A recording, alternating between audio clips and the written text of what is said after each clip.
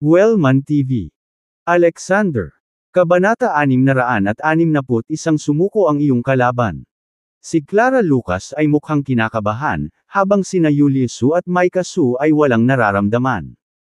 Nakita ng sariling mga mata ni Julius Su kung paano inalagaan ni Alexander Tomas ang itim na coach mula sa Utopia. Siyempre, hindi lang ang itim na coach ang kasing laki ng oso.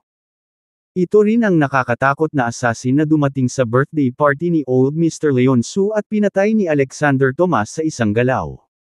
Pagkatapos ng lahat ng pinagdaanan niya, maniniwala siya kay Alexander Tomas kahit na sabihin niyang mapipili niya ang mga bituin sa langit. Ang Alexander Tomas sa mga mata ni Micah Su ay ang uri ng pagsamba ng isang anak na babae sa kanyang ama. Para sa kanya, si Alexander Tomas ang pinakamakapangyarihang ama sa mundo. Hindi siya nag-alala na matalo si Alexander Tomas, at inaabangan niya ang pagtatalo kaagad ni Alexander Tomas sa nakakatakot na Light Thompson. Ito ay upang patunayan kay Clara Lucas na ang kanyang ama ay talagang may kakayahan at hindi nagyayabang. Nang makitang kinakabahan si Clara Lucas, tumawa ng walang pakialam si Alexander Tomas. Ayos lang, underground boxing champion lang siya. Hindi naman ako nakakatakot. Para sa mga ordinaryong tao, si Light Thompson ay tila napakatalino at mahusay na lumaban. Gayunpaman, ayon sa obserbasyon ni Alexander Tomas, hindi banggitin ang pakikipag-sparring sa kanya, kahit nalabanan niya si Milton Wintringham, si Light Thompson ay maaaring hindi makakuha ng isang daliri sa kanya. Ang pagsasanay ng dyablo sa militar ay lampas sa imahinasyon ng mga ordinaryong tao. Ang mga kinakailangan ay mas matindi para sa adjutant sa tabi ng general.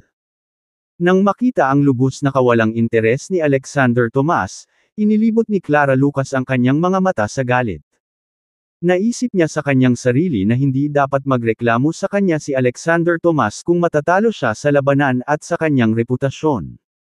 Habang nakangiti si Alexander Tomas, napagpasyahan niyang huwag nang magkwenta sa kanya, lalo na sa kanyang hipag.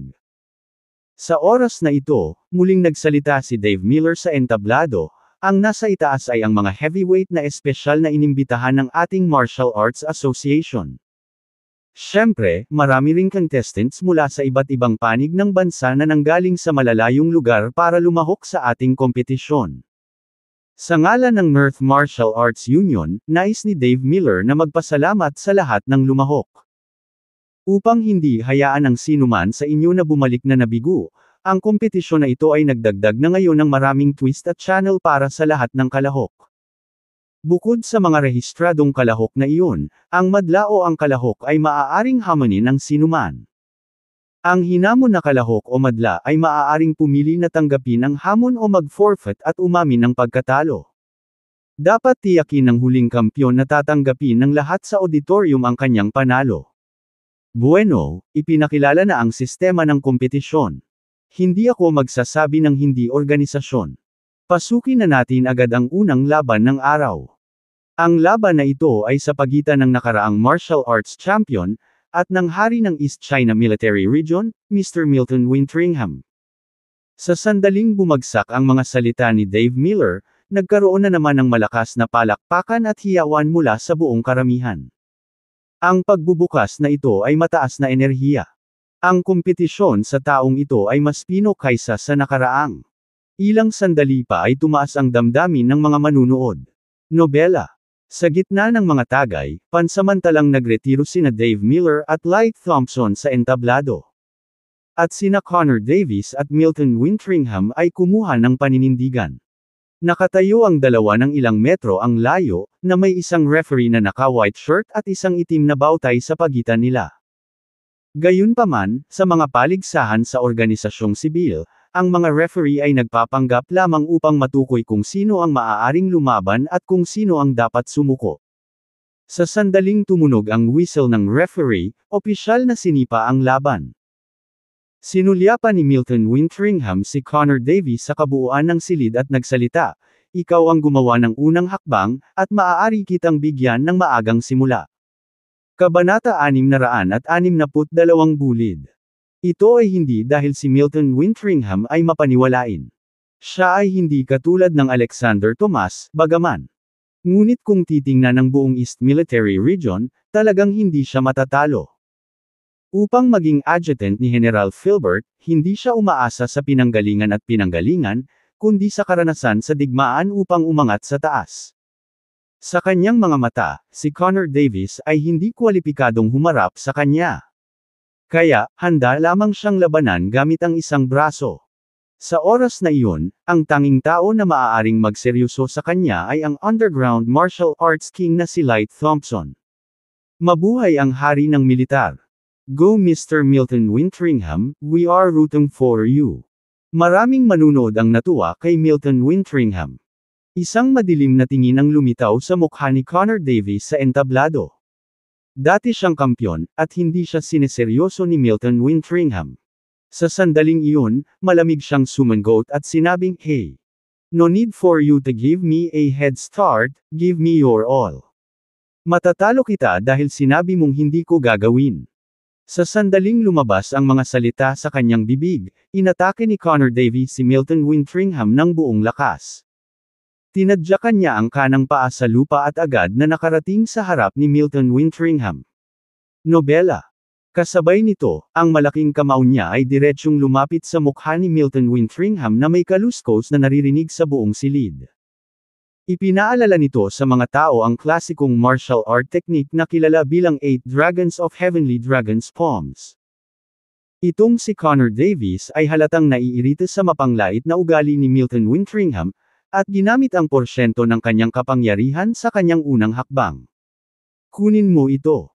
Nang makita na ang kanyang kamay na bakal ay malapit ng basagin ang utak ni Milton Wintringham, napatigil si Connor Davis ng isang sigaw, na may isang matagumpay na ngiti sa kanyang mukha.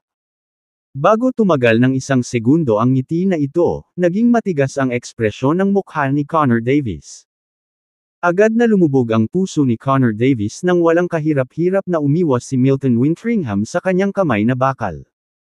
At ang mapanlate na boses ni Milton Wintringham ay muling tumunog, "Mukhang hindi sapat ang head start na ibinigay ko sa iyo, kaya bigyan ka pa ng 2 galaw. Pumunta ka sa impyerno." Kailan pinahiya ng ganito si Connor Davis? Namula agad ang mukha niya at naglabasan ang mga ugat niya. Hindi siya tumigil at muling binato ang pangalawang suntok sa mukha ni Milton Wintringham. Nanatiling kalmado ang kanyang kalaban na si Milton at hindi gumanti at umiwas sa kanyang pangalawang suntok na parang ninja. Kasabay nito ay muling tumunog ang kanyang boses na nagpabaliw kay Connor Davis.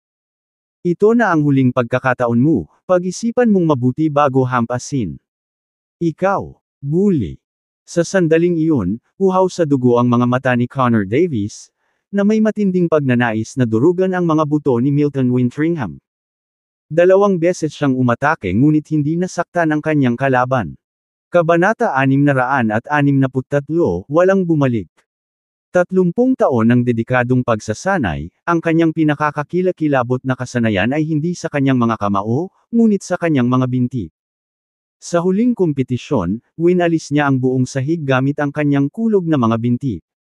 Sa orihinal, binalak niyang gamitin lamang ang kanyang thunder kick sa ikalawang bahagi ng kompetisyon. Ngunit hindi niya inaasahan na si Milton Wintringham ay sobrang yabang at mahirap pakitunguhan na kailangan niyang gamitin ang kanyang ultimate move sa simula pa lang. Ang thunder kick ay hindi lamang isang reputasyon. Nang magwalas siya patungo sa Milton Wintringham, ang binti na iyon ay hindi lamang isang paa, kundi isang pader na bakal. Kahit na ang isang bakal na plato ay maaaring hiwain niya sa kalahati ng hindi nagpapalaki. At sa pagkakataong ito, binago ni Connor Davis ang kanyang diskarte. Inatake niya si Milton Wintringham habang tinutuya siya, "Anong klaseng hari ng militar? Ang alam mo lang magtago. Anong klaseng bayani ka? Kung sa tingin mo ay matapang ka, kunin mo ang tama ko. Do you dare to face my thunder kick?" Alam ni Milton Wintringham na sinusubukan siyang guluhin ni Connor Davis. Gayunpaman, tiwala rin siya sa sarili niyang thunder kick, kaya malamig siyang ngumisi, "Bakit hindi?" Habang nagsasalita siya, pinaikit niya ang kanyang mga mata, kinuyam ang kanyang kanang kamao, at diretsyong hinampas ito sa thunder kick ni Connor Davis na tumatama sa kanya. Boom! Ang suntok na ito, na may napakalaking momentum, ay malakas na tumama sa thunder kick ni Connor Davis. Basag. Nobela. Ito ay tunog ng mga buto na nabali. Ang mga tampok ng mukha ni Connor Davis ay baluktot sa matinding paghihirap. Pagkalipas ng 2 segundo, sa wakas ay nag-react siya at sumigaw ng "Ah!" Habang nagsasalita siya ay hindi na nakayanan ang kanyang katawan na halos 2 metro ang taas at bumagsak ito ng husto sa lupa. Matapos bumagsak sa lupa, ang mukha ni Connor Davis ay namutla, at napahawak siya sa kanyang putol na binti, humahagulgol sa sakit. Katahimikan. Natahimik ang buong audience. Walang inaasahan na ang dating kampiyon sa martial arts ay magiging napaka-vulnerable sa harap ni Milton Wintringham. Tumagal ng mahigit 10 segundo bago sumambulat ang buong audience sa masigabong palakpakan. Hindi dapat maliitin ang hari ng militar. My goodness, ang kampiyon ng huling kompetisyon ay hindi man lang natamaan sa kanya. Ang cool niya. Simula ngayon, dream lover ko na siya. Saglit, naghiyawan ang mga lalaki at nabaliw ang mga babae, hinahangaan si Milton Wintringham. Maging si Micah Su ay hindi napigil ang pumalakpak at sabihin kay Alexander Tomas, "Daddy, ang tiyuhin na iyon ay kamangha-mangha." Bukod sa kanila, mabilis na sinabi ni Clara Lucas, "Alexander, nakita mo ba iyon? Ang antas ng kompetisyon na ito ay imposibleng lumahok." Binasag ng hari ng militar na nagngangalang Milton Wintringham ang thunder kick ng huling kampiyon sa isang suntok lang. "Mas mabuting sumuko ka na. Natatakot ako na baka mabugbog ka sa lupa mamaya," at magalit si Yulia. "Sisihin mo ako sa pag-udyok sa iyo na sumali sa kompetisyon. The military king. With me here, he dares to call himself the king of the military." Napatingin si Alexander Tomas kay Milton Wintringham sa entablado. Kabanata 664 na sobra estimate sa sariling lakas. Si Connor Davis ay dinala palabas ng stage sa isang stretcher. Sa oras na iyon, itinaas ng referee ang kamay ni Milton Wintringham. Inihayag ni Dave Miller, unang laban, Connor Davis vs Milton Wintringham, panalo si Milton Wintringham. Sinabi ni Dave Miller sa 2 kalahok na nakahanda na sa entablado, "Susunod, paakyatan natin ang 2 pang kalahok sa entablado." Ang unang laban ay lubhang kapanabik, at si Connor Davis ay natalo ni Milton Wintringham. Sa 3 kalahok, tanging sina Milton Wintringham at Light Thompson ang natitira. Natural lang na malagay sila sa finals. Sa pag-asam nito, naghiyawan ang mga manunood sa eksena. Sandali lang. Nang inaabangan na ng lahat ang susunod na laban, biglang dumating ang boses ng isang binata mula sa audience at bumasag sa hiyawan ng mga manunood. Sinundan ng mga tao ang boses at nakita ang isang lalaking nasa late 20s na nakatayo mula sa kanyang upuan. Ang lalaki ay payat ang balat, may suot na salamin na may kulay ginto, at sa mas malapit na pagsisiyasat, ito ay si Jaden Fitz, ang anak ng pamilya Fitz. Ano ang gusto ng lalaking ito? Nagpalitan ng kasiyahan ang lahat sa audience. Sa puntong iyon, si Clara Lucas ay nakaramdam ng kaba sa kanyang puso. Si Jaden Fitz ay isang mapaghiganting tao, pagkatapos ng lahat ng masasamang bagay na ginawa niya kay Alexander Tomas, gusto na ba niyang atakihin si Alexander Tomas? Si Amanda Fitz, nakatabi ni Jaden Fitz, ay humila sa braso ni Jaden Fitz habang bumubulong, "Jaden Fitz, anong gusto mo? This is a martial arts competition, every single hit is a real fight." Hindi nakinig si Jaden Fitz sa sinabi niya. Sa sandaling iyon, sinadya niyang sumulyap si Alexander Tomas bago sinabi kay Dave Miller sa entablado, "Mr. Miller, nabanggit mo lang na kahit sino ay maaaring hamunin ang mga kalahok sa entablado sa kompetisyon ngayon, tama ba?" Walang balak ang anak ng pamilya Fitz na hamunin si Milton Wintringham sa entablado. Ang mga tao ay namangha. Nang marinig ang mga salita ni Jaden Fitz, nag-alinlangan sandali si Dave Miller. But he nodded his head and said, "Tama, I have just made it very clear that this year's martial arts competition accepts challenges initiated by any contestants." Ano, pinuputol ni Mr. Fitz ang matanda sa oras na ito para hamunin ang ating naunang nanalo, si Mr. Milton Wintringham. Kaagad na ikinaway ni Jaden Fitz ang kanyang kamay, Mr. Miller, mali ang pagkakaintindi mo. Kaibigan ko si Mr. Wintringham, at malinaw na malinaw ang kanyang kakayahan. Hindi si Jaden Fitz ang uri ng tao na hindi nasusukat sa sarili niyang lakas. Nobela. Gayunpaman, on the way here just now, I met a very confident individual who dared to say na kahit magsama-sama ang lahat ng contestants ngayon, matatalo niya sila. Sinabi din niya na kapag nakilala siya ni Mr. Wintringham, matatakot siya na hindi man lang siya maglalakas loob na itaas ang daliri sa kanya. May isang tao na kaya na umupo sa madla ng aming martial arts competition, gusto kong makita ito ng lahat. Hayaan mo rin si Mr. Wintringham na mag-screen para sa amin, kung ang taong iyon ay nagsasalita ng malaki, o talagang may ganoong lakas. Nang marinig ang mga salita ni Jaden Fitz, nagunat ang mga tao sa kanilang mga leeg upang malaman kung sino ang taong iyon. Nagkagulo ang mga taga-suporta ni Milton Wintringham. I don't believe na malalampasan pa ng kahit sino si Milton Wintringham. Ang yabang ng lalaking yun. Ang laking bibig. Kabanata 665 upang duwag ang isang BUMAG na pot. Lahat sila bugbugin niya. Sa tingin niya ba siya ang bida sa isang martial arts movie? Hindi sa banggitin ang lahat, si Milton Wintringham ay binanggalang si Connor Davis gamit ang suntok na iyon, malamang ay maaaring pumatay sa kanya. Oo, sa lakas, mas malakas pa si Milton Wintringham kaysa sa huling kampyon, at sa background, si Milton Wintringham ang pinakasanay sa hukbo. Matatakot siya na walang nakaupo sa audience. Isang grupo ng mga tao ang nagpahayag ng kanilang kawalang kasiyahan sa isang matuwid na protesta. Maging si Milton Wintringham sa entablado, nang marinig ang mga salita ni Jaden Fitz, ay nagpakita ng mapanuksong ekspresyon. I didn't expect today's audience to conceal someone who is so capable. Dahil ang malalaking salita ay binigkas, mangyaring hilingin sa ekspertong ito na ipakita ang kanyang mukha. At hayaan mo akong si Milton Wintringham na makita mismo kung anong uri ng tao ang magpapatakot kay Milton Wintringham na hindi man lang siya maglakas loob na ipatong ang kanyang kamay sa kanya. Dave Miller, aside, frowned and spoke to Jaden Fitz. Mr. Fitz, stop playing games and bring that person on stage now. Nakita ni Jaden Fitz ang sama ng loob ni Alexander Tomas sa karamihan. Tiningnan niya si Alexander Tomas ng masama at sinabing, Alexander Tomas, hindi mo pa nakalimutan ang sinabi mo bago ka pumasok, di ba? Ito ang bata. Ang lahat ng miyembro ng audience ay tumingin sa Alexander Tomas. Nang sinalubong ng tingin ni Milton Wintringham si Alexander Tomas, biglang nagbago ang mukha nito. Sobrang lakas ng tibok ng puso niya kaya nanghina ang mga paa niya at napaluhod siya. Alexander Tomas. Nakakagulat, ito ay Alexander Tomas.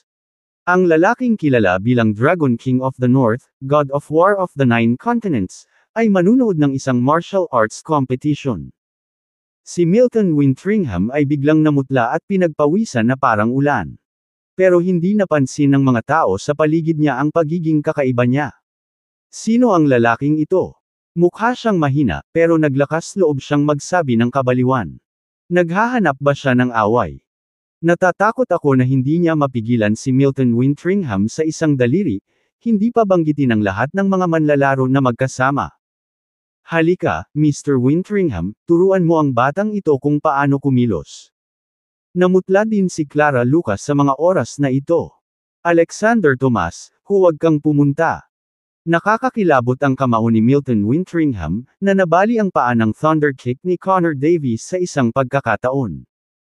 Kung aakyat ka ngayon sa entablado, ano ang gagawin ni Yulia at Micah Su kapag may nangyaring masama? Ideya niyang sumama sa kompetisyon, kaya laging may responsibilidad si Clara Lucas sa kanyang puso. Labis siyang natatakot na si Alexander Tomas ay gumawa ng katangahan para sa kapakanan ng dignidad. Nobela. Ayos lang. Tumingin si Alexander Tomas sa kanya at ikinaway ang kanyang kamay. Ang dahilan kung bakit siya napunta sa kompetisyon ay hindi dahil sa sinabi sa kanya ni Clara Lucas. Sa halip, dumating siya para pasayahin ang kanyang syota na si Micah Su. Dahil gusto siyang makita ni Micah Su na tumugtog sa entablado, hindi niya naisip ang pumunta para magsaya. Gayunpaman, hindi niya inaasahan ay makilala sina Jaden Fitz at Milton Wintringham. Kaya naging kawili-wili ang mga bagay. Sa pag-iisip tungkol dito, sumulyap si Alexander Tomas kay Jaden Fitz at tumawa, "Hindi ako isda na may 7 segundo lang na memorya. Siyempre naalala ko yung sinabi ko." Dahil doon, tumayo si Alexander Tomas mula sa kanyang kinauupuan at bumagsak ang kanyang mga mata sa ibabaw ng mataas na entablado. "Wow, sasabak ba si Daddy?" Tuwang-tuwa si Micah Su. "Well, sweetheart, you just sit here, with Mommy, and watch how Daddy beat those guys." Masayang hinaplos ni Alexander Tomas ang ulo ni Micah Su. Alexander Tomas. Natapakan ni Clara Lucas ang paa sa galit. Anong oras na, at nagsalita pa rin ang lalaking ito. Kabanata 666 na Milton Wintringham ay hindi Magpangapang. Nasabi ko na kung ano ang dapat kong sabihin. Kung may nawawala kang braso o binti mamaya, huwag mo akong sisihin. Ngumuso si Clara Lucas at tumalikod. Kasabay nito, sinabi niya sa sarili, kung hindi nag-aalala si Julius Su, bakit siya mag-aalala? Ang hari ay hindi nag-aalala ngunit ang kanyang Yunoko ay nag-aalala. Deserved ito ni Alexander Tomas nang bugbugin siya ni Milton Wintringham. Ang unang bagay na kailangan mong gawin ay maghintay para sa Alexander Tomas na magdusa. Si Jaden Fitz, nakatabi niya ay natulala nang si Alexander Tomas ay patungo sa mataas na platform. Obviously, hindi niya inaasahan na aakyat pa rin si Alexander Tomas sa entablado matapos makita ang lakas ni Milton Wintringham. Kanina lang, gusto lang niyang ipahiya si Alexander Tomas at kutsain siya sa publiko. Hindi ko inaasahan na si Alexander Tomas ay hindi man lang matatakot na mamatay alang-alang sa kanyang ego. Mabuti yan. Sa ganitong paraan, maayos na mailalabas ang mga hinaing sa kanyang puso sa pamamagitan ng kamao ni Milton Wintringham. Siya ba yun? Nang dumaan si Alexander Tomas sa unang row ng audience, biglang sumimangot at napasigaw ang isang matambok na puting lalaki. Ang lalaki pala ay si Aiden Pearson, na dati ay pinili ng mga magulang ni Yvonne Mason para maging mayayamang manugang ng pamilya Mason.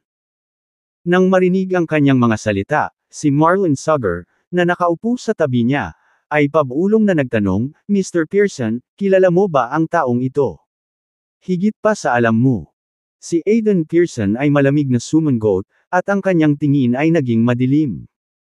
Sa pagtingin sa buong Earth, maliban sa ilang mayayamang pamilya, walang babaeng hindi nakuha ni Aiden Pearson ang kanyang mga kamay.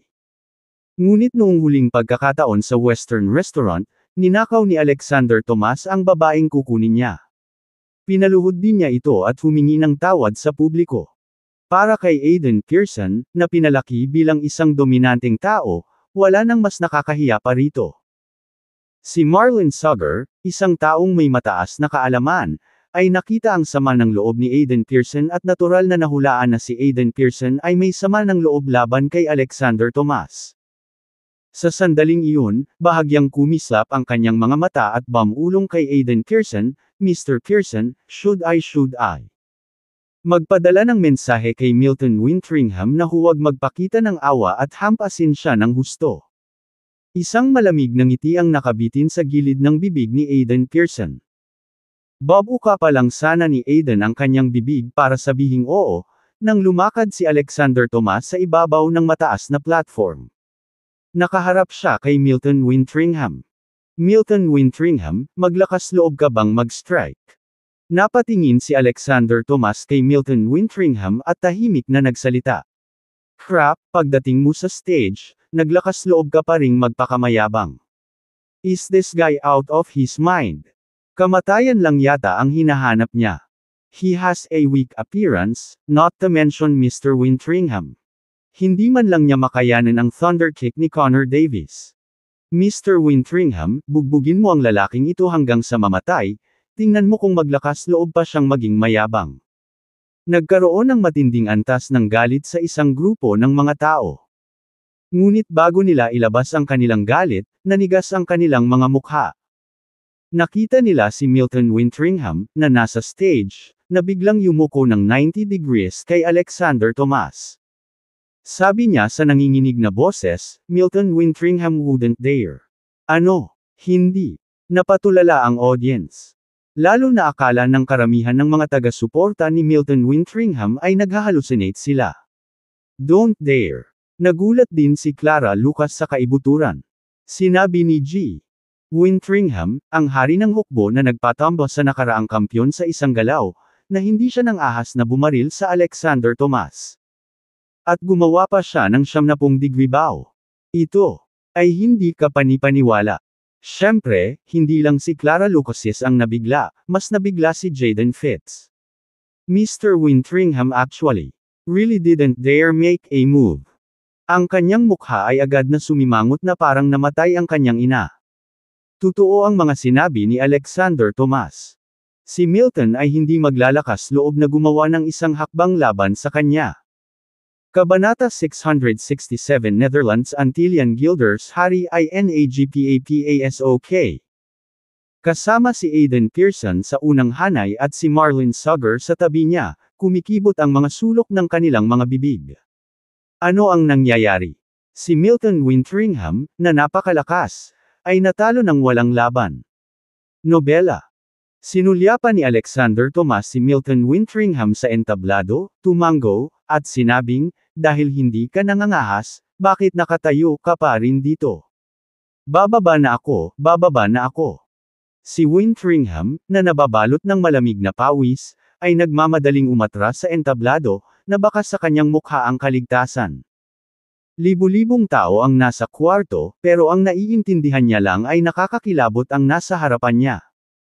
Umasa man siya kay General Filbert, ngunit kung hindi ang kaluwalhatian ng Santiago Banner bloodline, natatakot ako na hindi ako karapat-dapat na tumayo sa harap niya.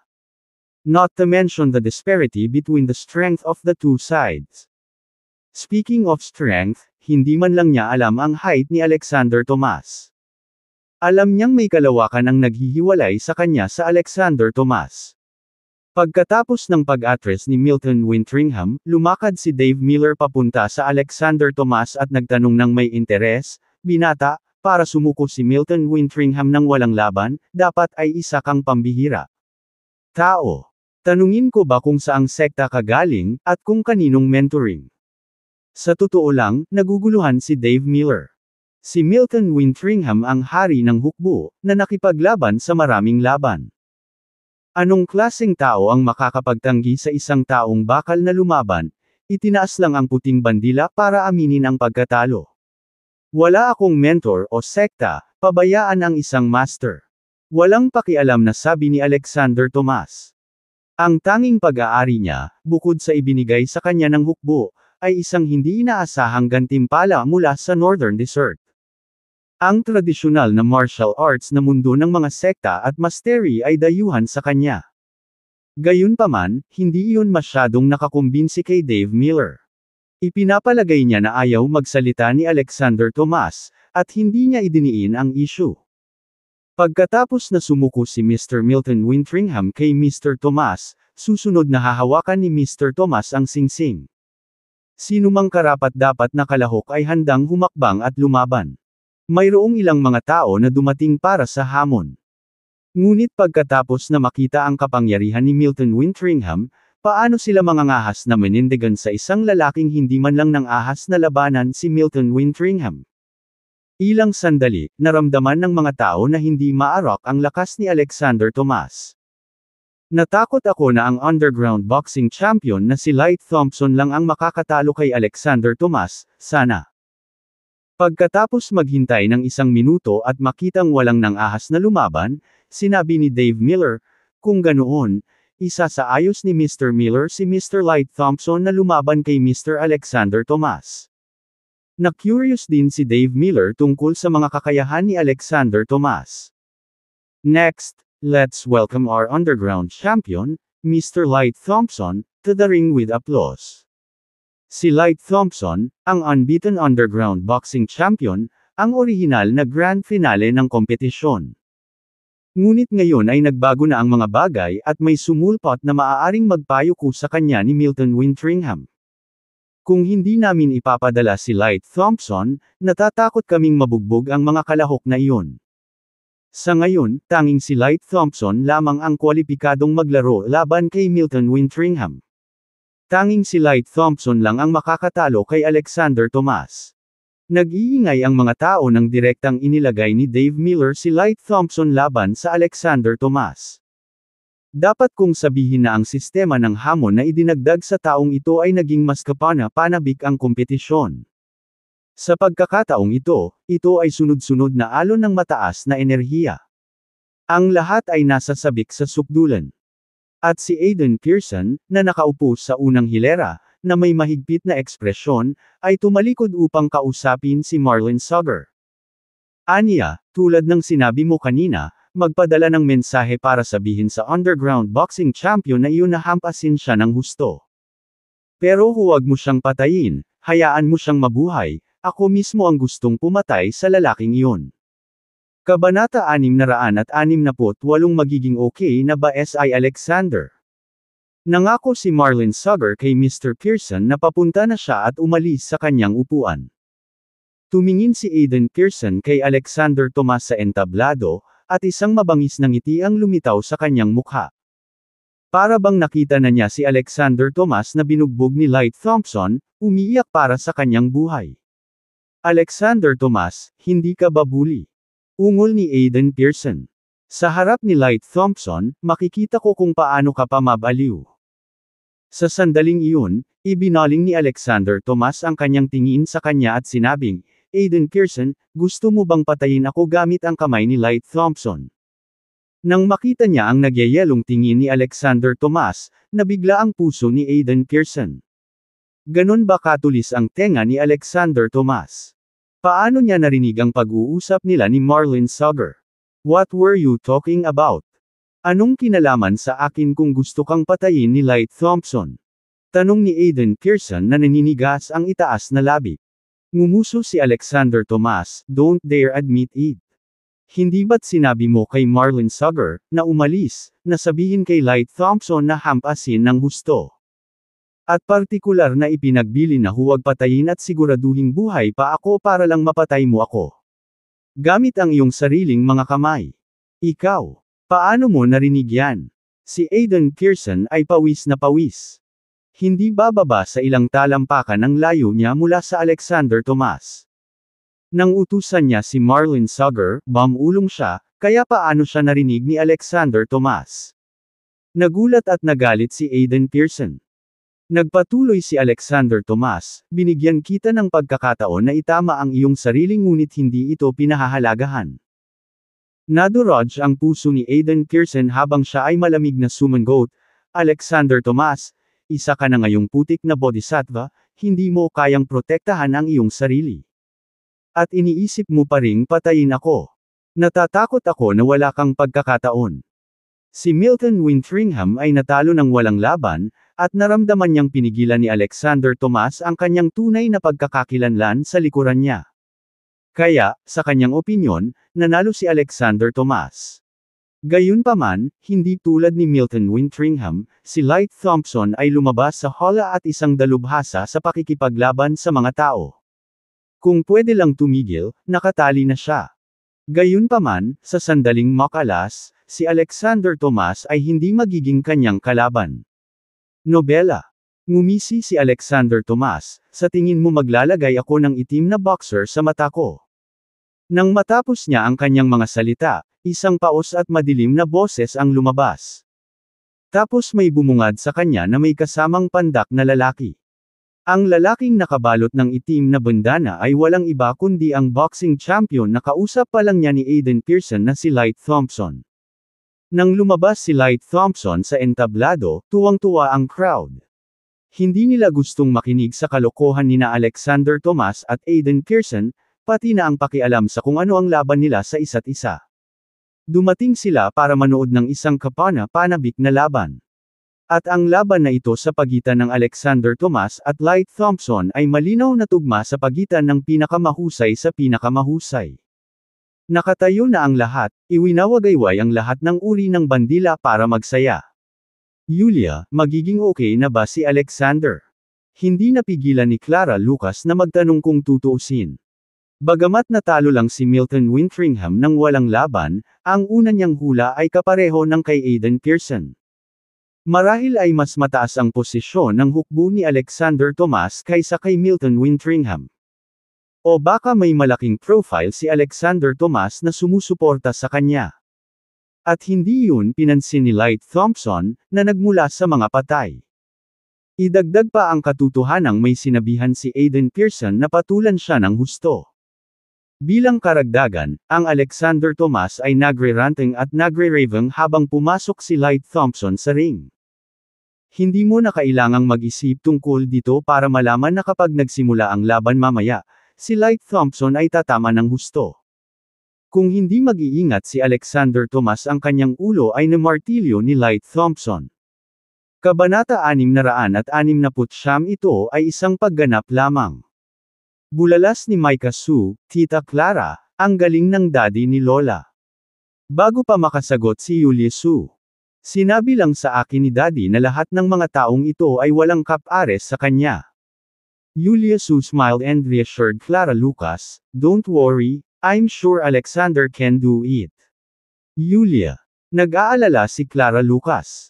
Ang bulag na paghanga ni Micah Sue sa kanyang ama ay katanggap-tanggap dahil siya ay 4.5 taong gulang pa lamang.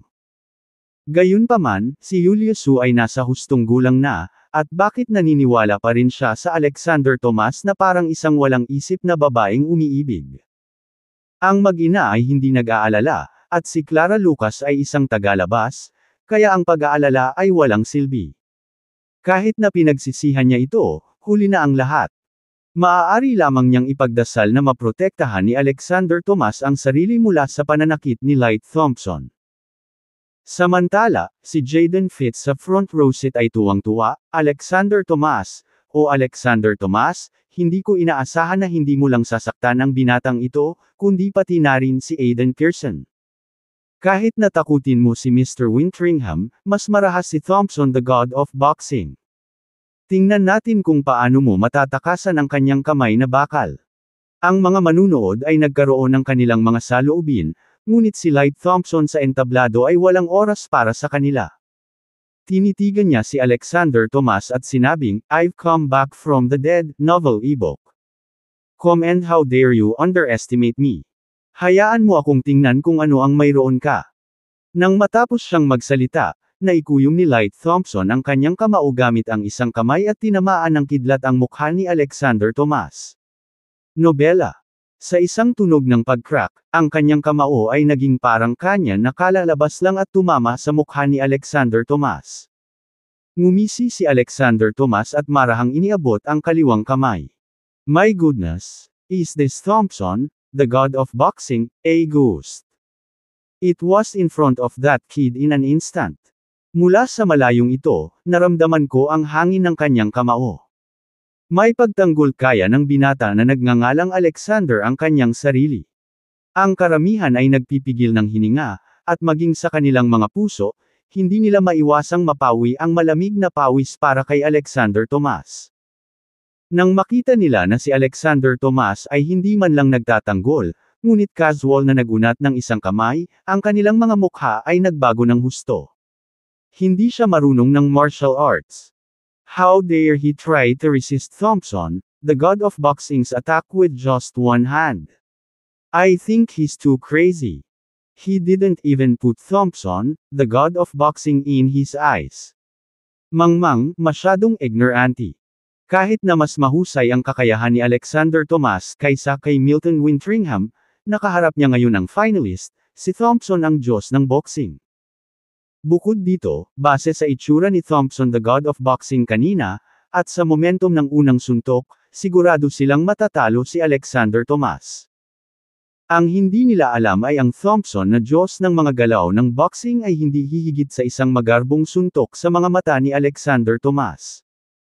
Para kay Thompson ang Diyos ng boxing, ito ay isang labanan ng karangalan, isang labanan ng buhay at kamatayan. Para kay Alexander Tomas, isa itong palabas. Isang pagtatanghal na susuyuan ng kanyang anak na babae.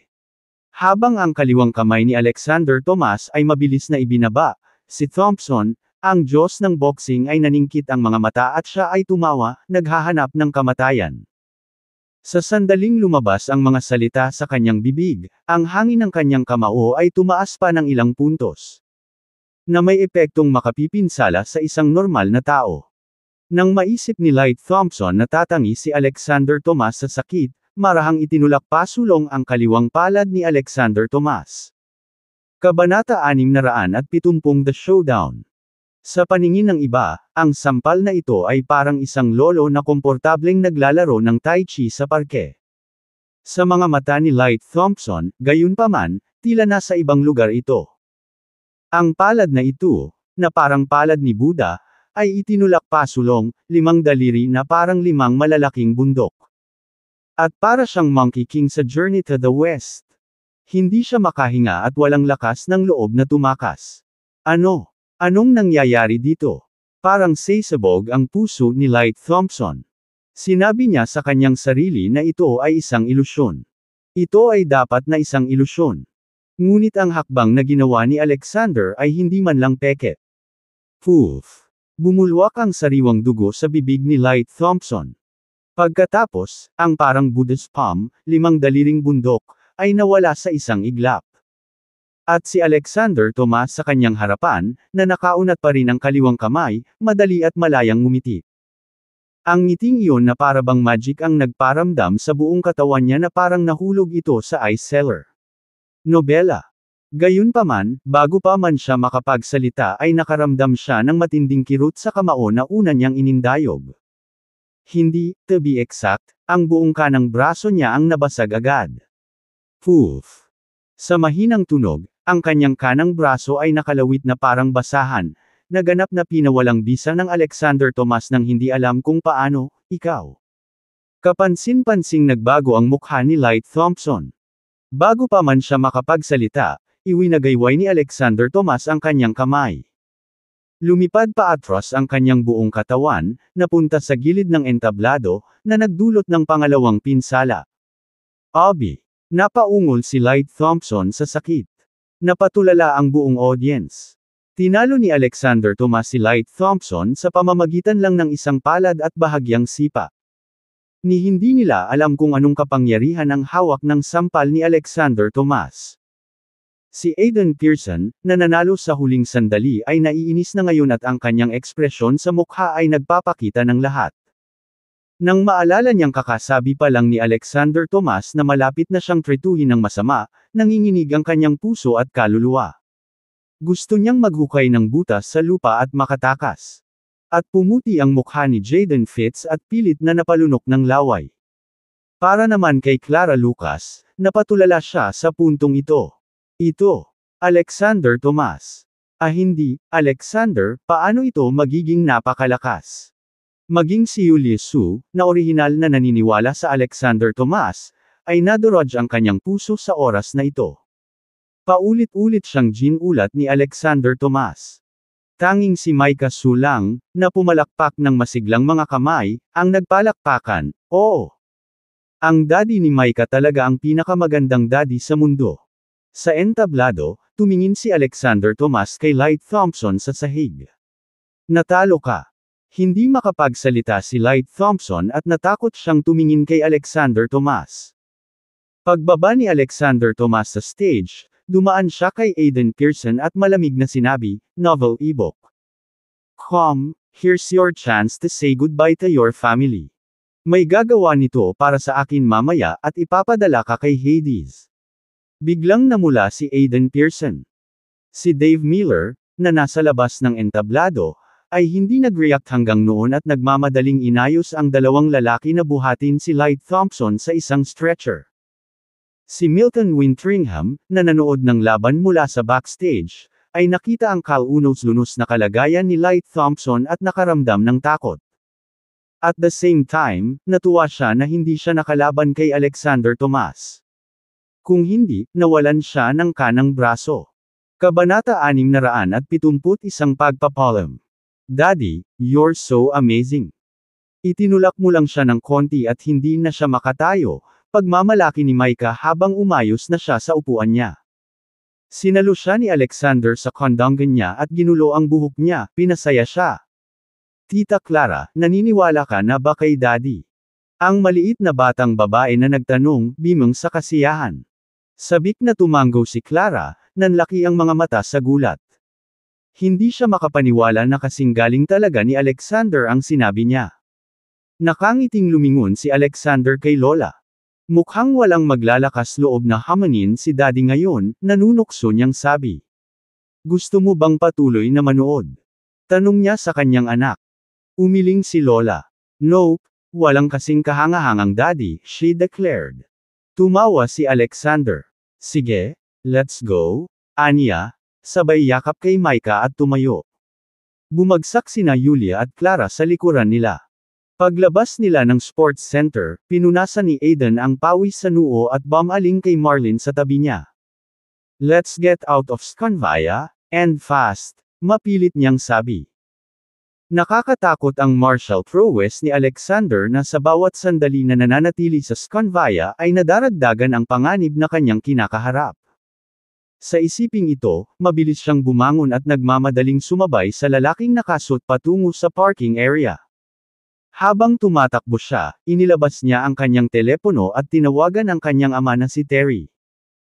Sa sandaling kinuha ni Terry, ikinwento ni Alexander ang lahat ng nangyari sa mga laban sa MMA, at sinabi sa kanya na kailangan niyang umalis sa Sconvia sa lalong madaling panahon upang maiwasan ang anumang karagdagang panganib.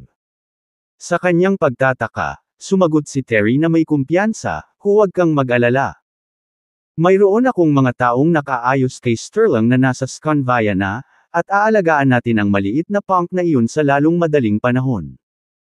Kahit ang pamilya Lucas ay hindi na siya mapoprotektahan sa pagkakataong ito. Naglakas loob siyang sabihin na papatayin ka niya. Halika hanapin mo ako ngayon, at sabay tayong pupunta sa pamilya Lucas. Nobela. Pagdating ng panahon, sisiguraduhin kong makikita mo kung paano siya namatay. Nang marinig ang mga salita ni Terry, lumiwanag ang mukha ni Aiden sa pananabik. Kung ang pamilyang Pearson ay makakabuo ng isang alyansa sa pamilya Kent at lalaban ng magkasama kay Alexander, ang novel ebook. Ay mapapahamak si Alexander. Kahit na mabigat si Alexander, isa pa rin siyang tao. Ang mga mandirigma na dadalhin ng pamilya Pearson at ng pamilya Kent ay tiyak na magiging top-notch. Kung ang mga nangungunang manlalaban na ito ay magtambol laban kay Alexander, hindi siya magkakaroon ng pagkakataon. Pagkatapos ay maaaring maghiganti si Aiden kay Alexander at pahirapan siya ng kontento. Okay, Dad, pupuntahan kita ngayon. Dahil doon, handa na si Aiden para dalhin ni Marlin ang sasakyan. Sa sandaling iyon, isang malambot ngunit nakakapangilabot na boses ang umalangaw-ngaw sa hangin. Tapos na kayong magpaalam. Parehong bumilis ang tibok ng puso ni Aiden at Martin nang agad silang lumingon sa pinanggalingan ng tunog. Doon, sa tabi ng kanilang Mercedes, ay nakatayo ang isang napakagandang babae. Ang kanyang mga tampok ay kapansin-pansing maganda, ngunit ang kanyang ekspresyon ay blanko. Si Diane yun. Nag-aalalang tanong ni Aiden, sino ka? Masyadong kakaiba ang biglaang pagsulpot ng babaeng ito. At, tinatanong niya kung tapos na ba silang magpaalam. Hindi kaya. Pinadala siya ni Alexander. Sa isiping ito, nagsimula na namang mamuo ang malamig na pawis sa kanyang noo. Sa hindi malamang dahilan, naramdaman ni Aiden ang parehong mapang-ipang aura na nagmumula sa magandang babae sa harapan niya gaya ng naramdaman niya kay Alexander. It was suffocating. Bago pa siya makapagsalita, nagpatuloy si Diane, dahil tapos na ang palm mo, kailangan na kitang ipadala kay Hades ngayon. Sa isang iglap, lumitaw ang dragon dagger sa kamay ni Diane. You, stay back. Ayoko pang mamatay. Nauutol na sabi ni Aiden, umatras. Tatawag na sana siya para humingi ng tulong kay Terry, ngunit bago niya magawa ang anuman, inihampas ni Diane ang dragon dagger. Swoosh! Tinusok ng dragon dagger ang lalamunan ni Aiden. Napasigaw si Aiden sa gulat bago bumagsak sa lupa, walang buhay. Nahulog ang kanyang telepono sa kanyang kamay at tumama sa lupa, na nagkapira-piraso. Sa kabilang dulo ng linya, Galit na sumigaw si Terry, Aiden, anong nangyayari? Bumigay ang mga paa ni Marlin, at bumagsak siya sa lupa, hindi maintindihan ang nangyari. Kabanata 672 patay at tapos na. Habang naglalakad sila palabas ng competition venue, dinala ni Yulia si Micah sa isang toy store. Lumapit si Clara kay Alexander at bumulong, Alexander, ang galing mo. Sino ka ba talaga? Tinitigan ni Clara si Alexander, sinusubukang masulyapan ng kung ano sa kanyang mga mata. Naghinala siya na si Alexander ay may isang uri ng madilim na lihim at maaaring may lihim na motibo para mapalapit sa pamilya Lucas. Hindi mapigilan ni Alexander ang mapangiti sa hinala ni Clara. Matalas ang pag-iisip ng babaeng ito, pero bakit lagi niyang inaakala ang pinakamasama tungkol sa kanya? Medyo magaling lang ako sa pakikipaglaban, krimen ba iyon? Sagot ni Alexander, umiling-iling na may pilit na ngiti. Hindi ako nagbibiro sa'yo. Kinagat ni Clara ang kanyang mga ngipin. Maglinis ka, ano ang balak mo kay Yulia at sa pamilya natin, sa pamilya Lucas? Nanatiling tahimik si Alexander, hindi sigurado kung ano ang isasagot. Hindi siya makapaniwala na ganoon na lang ang hinala ni Clara sa kanya. Kailanman ay hindi kinwestiyon ni Yulia ang kanyang katapatan, kaya bakit napakabilis na gumawa ng conclusion si Clara? Hindi niya maiwasang umikot ang mga mata sa mga paratang ni Clara. Ang pamilya Lucas ay walang iba kundi isang maliit na grupo, at kung hindi dahil sa koneksyon ni Yulia sa kanila, hindi niya ito bibigyan ng pangalawang sulyap. Nakiusap man sila sa kanya na sumali, hindi niya ito bibigyan ng oras ng araw. Tatapusin na sana ni Alexander ang pagtatanong ni Clara nang biglang tumunog ang phone niya. Ito ang pinuno ng pamilya Lucas, si Logan. Saglit na nag-alinlangan si Clara habang sinagot ang tawag. Hello, Tio Logan, ano ang maipaglilingkod ko sa iyo? Hindi marinig ni Alexander ang kabilang dulo ng pag-uusap, ngunit nakikita niya ang pagkawala ng kulay sa mukha ni Clara habang nakikinig ito sa mga salita ni Logan. Sige, Tio Logan, sisiguraduhin kong makakauwi siya kaagad. Bulalas ni Clara bago ibinaba ang tawag. Pagkababa ng telepono, tumingin si Clara kay Alexander at nanginginig, Alexander. Ikaw. Pinatay mo lang si Aiden. May problema ba? Walang pakialam na sabi ni Alexander. Ikaw. Ikaw rin. Napalunok si Clara. Maya-maya, pinilit niyang pakalmeyan ang sarili, kakasabi lang ni Uncle Logan sa telepono sina Terry at Mr. Kent, kasama ang isang grupo ng mga tao, ay pumunta sa aming pamilya Lucas para humingi ng hustisya. Hinihiling niya na ibigay ka ng pamilya Lucas, kung hindi, hindi rin nila lilimutin ang pamilya Lucas. Gusto ni Uncle Logan na bumalik ka kaagad at harapin ang gulo na ginawa mo. Nobela. Terry. Mukhang hindi niya sineryoso ang babala ko. Ngumisi si Alexander. Sinabi ko sa kanya na huwag hayaang mahuli ko siya sa teritoryo ni Scanvia, kung hindi, walang awa. Hindi na hinintay ang reaksyon ni Clara, mabilis na nagbigay ng tagubilin si Alexander kina Yulia at Lola, na hindi kalayuan. Umalis at bumalik sa pamilya Lucas na mag-isa. Saglit na nag-alinlangan si Clara habang sinagot ang tawag. Hello, Tio Logan, ano ang maipaglilingkod ko sa iyo? Naayos na niya si Diane na lihim na protektahan sina Yulia at Lola, kaya hindi niya kailangang mag-alala sa kanila habang nakikipag-ugnayan siya kay Terry. Nag-alala si Clara sa sitwasyon sa bahay at nagpumilit na bumalik kay Alexander, ngunit hindi siya mapakali na makipagtalo. Pagdating nila kay Lucas Manor, bago pa man makapasok sa gate, nakita nila ang maraming sundalong naka-uniforme na nakatayo sa labas, may dalang mahahabang baril na may nakakatakot na aura sa kanilang mga mukha. Nang makita ito, biglang bumili ng tibok ng puso ni Clara. Kung si Terry at Mr. Kent ay nagdala ng mga ordinaryong eksperto, tiyak na umuungal si Logan sa telepono. Pero nang makausap niya si Clara kanina, parang sobrang gulat niya. Dinala pala ni Terry at Mr. Kent ang mga tropang nakadestino sa Scanvia. At sa paghusga sa bilang ng mga sundalo, tila lahat sila ay pinakilos. Napatingin si Clara kay Alexander na may halong emosyon. Ang manggugulo ay nasa malaking problema sa pagkakataong ito. Ang mas ikinagalit niya ay ang mukha ni Alexander ay walang pakialam. Habang ipinaroda nila ang sasakyan at papasok sa mansyon ay mas lalo pang kinabahan si Clara. Kabanata 673 Kailangan ko ba ng pagtuturo?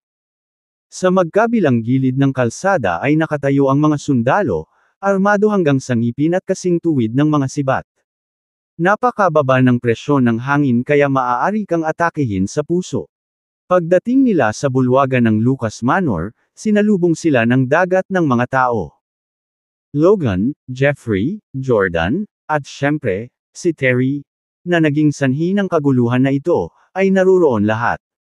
Natural, na alerto na rin si Shane. Bukod sa pamilya Lucas, ang pinakakapansin-pansing figure sa silid ay si Terry, sa kanyang nakausli na bituka. Nakaupo sa tabi niya ang biolohikal na ama ni Max, si Sterling, at Ezra. Gayunpaman, wala sa kanila ang nakaupo sa pangunahing posisyon. Maging ang host na si Shane ay nakaupo sa ibaba. Nobela. Nakaupo sa pangunahing posisyon ang isang lalaking nakasuot ng military attire, na may solemn na ekspresyon sa mukha. Nang makita ang bituin sa kanyang balikat, malinaw na siya ay isang kilalang tao sa lokal na militar ng Scanvia. Sa sandaling iyon, ngumiti si Logan kay Terry at sinabing, "Mr. Pearson, nilinaw ko ang aking posisyon noong huli kang pumunta sa akin." Ang bawat salita at kilos ni Alexander ay walang kinalaman sa pamilya Lucas. Calm down. Tinawagan ko na ang pamangkin ko at hiniling na ibalik agad si Alexander para harapin ang parusa. Pagbalik niya, Mr. Pearson, maaari mong gawin ang anumang gusto mong parusahan, at ang pamilya Lucas ay hindi umimik. Parusa. Napaawang ang bibig ni Terry, at nanginginig ang taba sa mukha. Pinatay niya ang anak ko, gusto ko siyang patayin. Sinira ni Alexander ang kanyang mga plano at pinahiya siya, at ngayon ay galit na galit siya na si Alexander ang naging sanhi ng pagkamatay ng kanyang anak. Walang ibang hinanggad si Terry kundi ang makitang patay at inilibing si Alexander. Hanggang doon, hindi siya makakahinga ng maluwag. Si Sterling at Ezra, na nakatayo sa tabi nila, ay nag-aapoy sa galit. Ngayon, nandito tayo para kunin ang buhay ng aso niya. Bulalas nila. Hindi lamang pinatay ni Alexander ang aking apo na si Max ngunit pinilit din ng aming pamilyang Kent na bayaran siya ng bilyon-bilyong dolyar na mga ari-arian, sabi ni Sterling. Ang ganitong gawaing banditry na nangyayari sa maunlad na Scanvia ay talagang hindi matitiis. Kung ang pamilya Lucas ay maglakas loob na magsabi ng isang salita, kailangan nilang tiisin ang galit ng mga pamilyang Kent at Pearson. Dagdag ni Ezra. Hindi, nauutol na sabi ni Logan, halatang natatakot. Pawis na pawis din ang ibang miyembro ng pamilya Lucas. Pagbalik niya, Mr. Pearson, maaari mong gawin ang anumang gusto mong parusahan, at ang pamilya Lucas ay hindi umimik.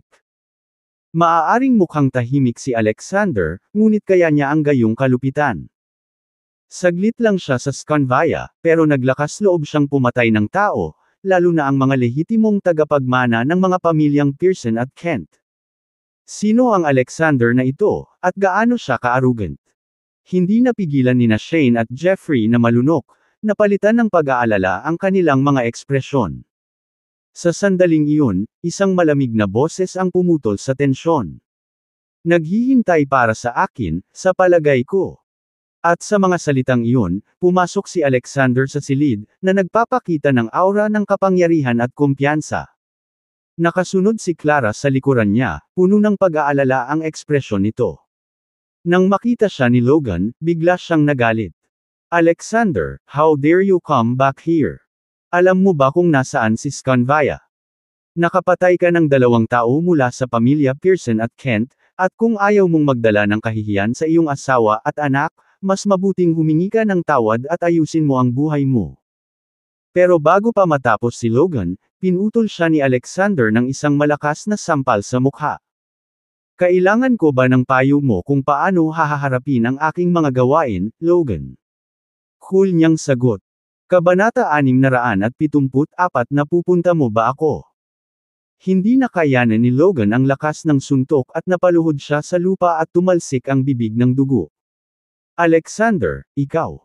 Nagsimulang magsalita si Logan, may halong gulat at galit ang boses, ngunit nang masalubong niya ang tingin ni Alexander, nakaramdam siya ng panginginig sa kanyang gulugod.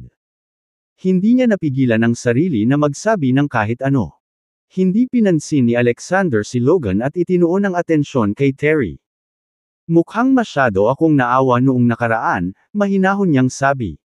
Dahil hindi mo sineseryoso ang babala ko, ipapababo ko kayong dalawa at hahayaan kayong magsama muli bilang mag-ama. With that, naglakad siya papunta sa kinaroroonan ni Terry. Ang mukha ni Terry ay mas hindi kaaya-aya kaysa sa kung siya ay kumain lamang ng isang tambak ng tae. Masyadong mayabang ang lalaking ito. Dinala pa niya ang kanyang mga tropa na nakatalaga sa Scanvia City, na ginawang parang isda sa chopping board ang buong pamilya Lucas. Gayunpaman, naglakas loob si Alexander na ipagmalaki na papatayin niya si Terry. How matapang! Hindi rin nasisiyahan ng lalaking naka-uniforme ng militar na nakaupo sa pangunahing upuan. Malinaw na hindi siya nirerespeto ni Alexander. Sino ka sa tingin mo? How dare you say you'll kill someone in front of me? Ang lalaking nasa militar. Nagdilim ang ekspresyon ng uniforme, at pinitik niya ang kanyang mga daliri. Sa sumunod na sandali, isang grupo ng mga ganap na armadong sundalo ang sumugod sa reception room at pinalibutan si Alexander. Tila kung gumawa pa ng anumang hakbang si Alexander o magsalita muli ng mahina, ibababa siya ng mga ito. Nang makita ang lalaking naka-uniforme ng militar na nagpapakita ng gayong pangingibabaw, napangisi si Terry sa loob. Gaano man kahusay si Alexander, hindi siya magiging katapat ng mga sundalong ito na may hawak ng baril. Hindi banggitin, mayroong libo-libo sa kanila. Kung si Alexander ay maglakas loob na lumaban, malamang na siya ay puno ng mga bala sa lugar. With this in mind, agad namang nagyayabang si Terry. Alexander, kilala mo ba kung sino yung lalaking nakaupo sa main seat? Siya ay si Colonel Theodore Weber, ang pinuno ng mga tropang nakatalaga sa Scanvia City. Sa sandaling lumabas ang mga salita sa kanyang bibig, ibinaling ni Terry ang kanyang tingin kay Theodore at nagpatuloy, Colonel Weber, si Alexander ay nasa Scanvia City lamang ng ilang kalahating buwan, at napatay na niya si Max mula sa pamilya Kent at aking anak na si Aiden. Matapos ang isa, I bet may dugo siya sa kamay mula sa hindi mabilang na iba pang biktima. Ang isang kriminal na tulad niya ay hindi maaaring mabuhay pakiusap, Coroner, tulungan mo kaming alisin ang mga tao sa salot na ito. Nagpakita si Terry na mukhang nasasaktan at nag-aalala. Gaya ng inaasahan, tumunog din ang iba. Parehong tumayo sina Sterling at Ezra at hinarap si Theodore, Colonel Weber, hindi lang pinatay ng hamak na ito ang apo kong si Max kundi inagaw din ang buong kalahati ng mga ari-arian ng pamilya Kent. Tila kung gumawa pa ng anumang hakbang si Alexander o magsalita muli ng mahina, ibababa siya ng mga ito. Hindi dapat hayaang mabuhay ang walang awa at mayabang na mabangis na ito. Nakikiusap kami kay Colonel Weber na sundin ang kalooban ng mga tao at alisin sa amin ang banta na ito. Nang marinig ang kanilang mga salita, pinandilatan ni Theodore si Alexander ng may galit at sinabing, hindi ko inaasahan na makakatagpo ako ng ganoong kangas na basura sa isang metropolis tulad ng Scanvia City. Kayong mga lalaki, kunin si Alexander sa kustodiya at dalhin siya sa kampo ng militar para sa parusa ayon sa batas militar. Nobela. Oo, Colonel Weber. Ang mga sundalong nakapaligid sa kanila ay humakbang ng may panganib, na handang magpatong ng kamay kay Alexander. Hindi napigilan nina Logan at Jordan na matuwa sa eksenang bumungad sa kanila. Hindi nila kailanman nagustuhan si Alexander ngunit wala silang nagawa tungkol dito. Ngayon, sa tulong nina Terry at Ezra, sa wakas ay naalis na sila ng tuluyan. Maaaring bihasa si Alexander, ngunit sa harap ni Theodore at ng kanyang mga tropa na nakatalaga sa Scanvia City, isa lang siyang maliit na langgam. Colonel Weber, may hindi pagkakaunawaan ba dito? Si Clara, na nakatayo sa tabi ni Alexander, ay napabulala sa desperasyon. Si Alexander naman ay nginisyon si Theodore, Colonel Weber, hahatulan mo ba ako nang hindi man lang nagtatanong ng dahilan? Kabanata 675 Sino ang nagbigay sa iyo ng lakas ng loob? Tumigas ang ekspresyon ni Theodore. Emph. Are you trying to tell me that Mr. Pearson and Mr. Kent framed you? Aiden at Max, hindi mo sila pinatay. Ginawa ko. Mahinahong wika ni Alexander. Tumaas ang isang kilay ni Theodore at nagpatuloy, at inilipat mo ba ang karamihan sa mga ari-arian ng pamilya Kent sa pangalan mo? Oo. Hindi ito itinanggi ni Alexander kahit kaunti. Alexander. Napatapak ni Clara ang paa sa galit. Ano ang mali sa lalaking ito? Ipinagtanggol lang siya nito, at ngayon ay hindi man lang siya ikinakaila. Sinusubukan ba niyang patayin ang sarili niya? Sinulyapan siya ni Alexander bago bumalik kay Theodore. Deserved sina Aiden at Max sa nakuha nila. Naputol ang sinabi ni Alexander nang pigilan siya ni Theodore, it's not up to determine whether or not they deserved it. Nobela.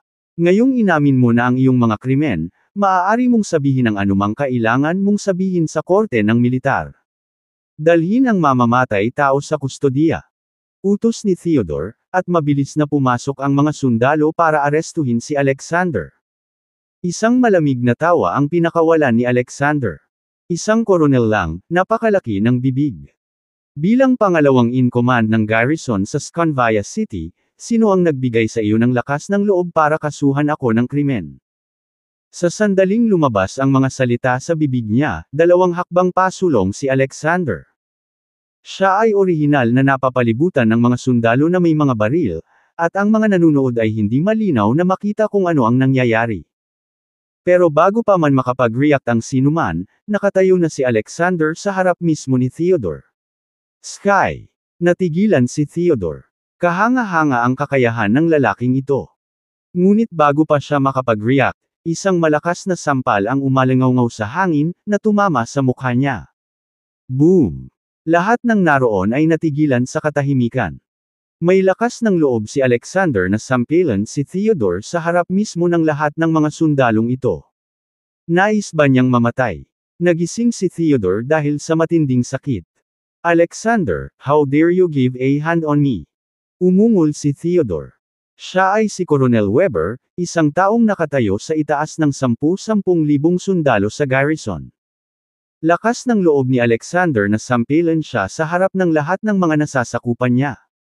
Ito ay tulad ng pag-agaw ng mga balahibo sa bibig ng tigre. Hinihingi niya ang kamatayan. Bakit hindi ako maglakas loob? Ngumisi si Alexander. Walang diskriminasyon ang huling sampal na iyon, tinamaan ka ng black and blue. Smack! Nang matapos siyang magsalita ay muling naghatid ng isang sampal si Alexander sa bilis ng kidlat. Si Theodore, na gumugol ng maraming taon sa militar at bihasa sa pakikipaglaban, ay nasa mataas na alerto at hindi papayag si Alexander. Katutubo niyang sinubukang harangin ang sampal ni Alexander gamit ang kanyang mga kamay, ngunit ang bilis niya ay hindi katumbas ng kay Alexander. Bago pa man umabot sa kalahati ang kanyang mga kamay ay tumama sa mukha niya ng malakas ang sampal ni Alexander. Ito ay isang perpektong salamin na imahe ng nakaraang sample. Ang magkabilang gilid ng pisngi ni Theodore ay agad na namula at namamaga, na may makikitang 10 malinaw na bakas ng kamay. Ito ay para sa pag-abuso sa iyong kapangyarihan. Deklara ni Alexander habang nakataas ang braso at naghatid ng ikatlong sampal sa namamagang mukha ni Theodore. At ang huling ito ay para sa pagiging isang hindi makatarungang pinuno ng garrison. Bilang deputy commander ng garrison ng Sconvia City, ang tungkulin ni Theodore ay ipagtanggol laban sa mga dayuhang puwersa at tiyakin ang kaligtasan ng mga tao. Ngunit sa halip, ginamit niya ang militar para sa kanyang pansariling pakinabang, na sinuportahan sina Terry at Ezra ng walang pagsasaalang-alang sa katotohanan o katarungan. Galit na galit si Alexander sa labis na pang-aabusong ito sa kapangyarihan, at mas lalo niyang inilagay ang puwersa sa likod ng ikatlong sampal na nagpabagsak kay Theodore at nagdulot sa kanya ng pag-ubo ng dugo. Natigilan ang mga nanunood sa kapangahasan at lakas ng militar ni Alexander. Kabanata 676 na labis na mayabang. Nagulat at nagalit si Theodore Weber. Hindi niya akalain na may sasample sa kanya sa Sconvia City hanggang sa samuka siya ng dugo. Nobela.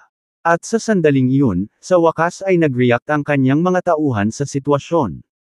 How dare you, madman, dare to make a move against our colonel. Naghahanap ka ba ng kamatayan? Bulalas nila. Habang nagsasalita sila, 12-dosenang mga baril ang nakatutok sa ulo ni Alexander Tomas. Ang lahat ay pumasok sa isang estado ng alerto, na parang si Alexander Tomas ay agad na mamamatay kung mayroong anumang paggalaw ng hangin. Ngunit kahit na ganoon, hindi natakot si Alexander Tomas at hindi man lang tumingin sa mga sundalo. Tinitigan niya si Theodore Weber at sinabi sa malamig na boses, bakit hindi mo ibinalik ang iyong puwit doon at umamin sa hukbo? Tanging sina Terry Pearson, Sterling Kent, Max Kent, at iba pa ang nag-react.